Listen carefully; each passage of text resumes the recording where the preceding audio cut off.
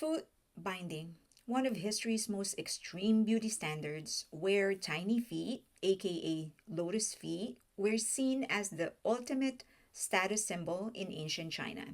But before you wince too hard, let's break down how it's actually done, why it was done, and where it stands today. This wasn't your average pedicure. Foot binding was a brutal, lifelong process that started when girls were as young as 4 to 6 years old, while their bones were still soft and malleable, read crushable. And here's how it's done. First, soaking and softening. The feet were soaked in hot water and the toenails were clipped ultra short to prevent ingrown. E. Next, breaking the toes. The four smaller toes were forcibly bent downward and broken so that they could be pressed tightly against the sole. Yeah, no anesthesia, just raw determination and probably a lot of screaming. Third, tightly wrapping the feet. Long strips of silk or cotton were wrapped tightly around the foot, pulling the broken toes in closer. Over time, this shrank the foot to around 3 to 4 inches long.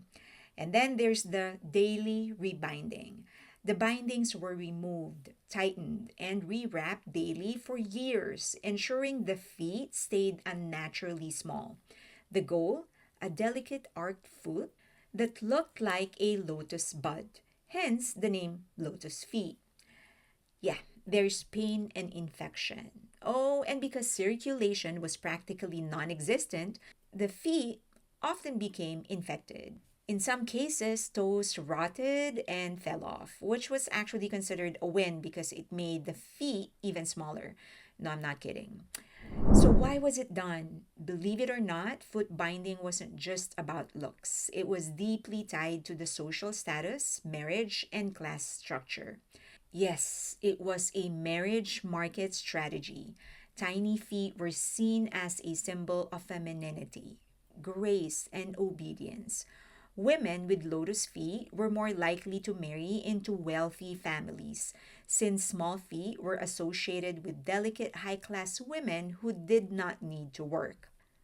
The smaller the foot, the more desirable the woman. It was believed that lotus feet made a woman's movement more graceful because she literally had to hobble everywhere. Foot binding was also a form of control, ensuring that women remained physically dependent and tied to domestic roles. A bound foot woman couldn't just walk away from her family or societal expectations. She had to rely on her husband and household. The practice actually started around the 10th century during the Tang Dynasty. By the Qing Dynasty, around 1912, some emperors tried to ban foot binding, but it was deeply ingrained in elite culture. So, is it still being done today? No. Foot binding is officially extinct. And last generation of women with bound feet is in their 90s or older. However, remnants of the cultural mindset behind foot bindings still exist in modern beauty standards like extreme cosmetic surgeries or body modifications. While today's ideals don't require breaking bones, thankfully, some women still opt to modify their bodies under the knife. Foot binding may be gone, but it is still very common for beauty standards to dictate women and men's lives. Hi, I hope that you like this video. I can do more. Or if you have any suggestions, topics you want me to cover, questions you want me to answer, just leave them in the comment section below. You can also get in touch with me in any of the social media links that you see on your screen right now.